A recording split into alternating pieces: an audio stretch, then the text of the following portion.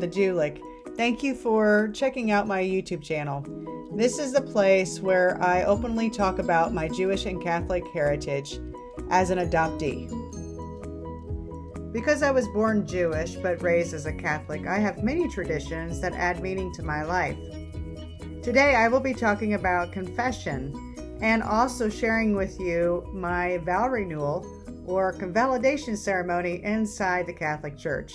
But before we get started, please click the thumbs up and subscribe to my channel. If you're familiar with anything regarding Catholicism, then I'm sure that you're familiar with confession, where Catholics share their sins with a priest. Before I renewed my vows through a ceremony called convalidation, the priest requested that I attend confession so that I could fully enter into the sacrament of marriage. So this is the confessional at my church, and as you can tell, there is a kneeler and a chair, which gives me the option to do one or the other, but I prefer kneeling because of the partition in the middle, so it's easier for me to confess my sins to the priest when he isn't looking at me. Unlike our first wedding, I chose to have both of my parents escort me down the aisle because of my Jewish heritage. My parents who are walking me down the aisle are my adopted parents, but my birth parents were Jewish. Typically, Jewish brides have both parents escort her down the aisle, and it's an option for the Catholic bride to have both of her parents or just her father walk her down the aisle. As you will see, I am circling my husband, which is a Jewish custom. The circling represents many things to Jews. Some say it represents creation, while others say it means equality, and some others believe it represents the creation of a new home. Next, a reading from a wisdom book called the Book of Ben Sirach is only found in the Catholic Bible, and as you can see, Denise bows before she goes on the altar as a sign of respect and reverence to God. A worthy wife brings joy to her husband. Peaceful and full is his life. A good wife is a generous gift bestowed upon him who fears the Lord. Be he rich or poor, his heart is content, and a smile is ever on his face. A gracious wife delights her husband. Her thoughtfulness puts flesh on his bones.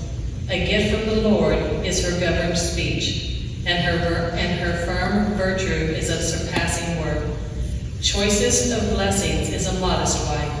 Priceless is her chaste soul. A holy and decent woman adds grace upon grace. Indeed, no price is worthy of her temperate soul. Like the sun rising in the Lord's heavens, the beauty of a virtuous wife is the radiance of her home. The word of the Lord. Thanks be to God.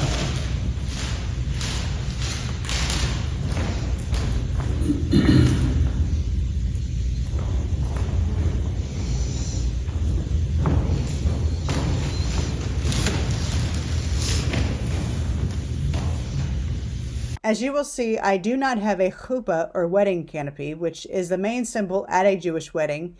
Instead, I wore a talit or prayer shawl to represent my husband's protection over me. Although wearing a prayer shawl is a Jewish custom, the New Testament requires that a husband protect his wife and love her like Jesus loves his temple. So it technically symbolizes a man's responsibility in a marriage. And Jew are sacramentally married. At the reception, we did dance the hora, and that was so much fun because we didn't do that the first time around either. So it was nice to incorporate that as well. And of course, you can't end a Jewish Catholic wedding unless you have this. Until my next video, shalom, my friends. Peace be with you. Love the Jewlick.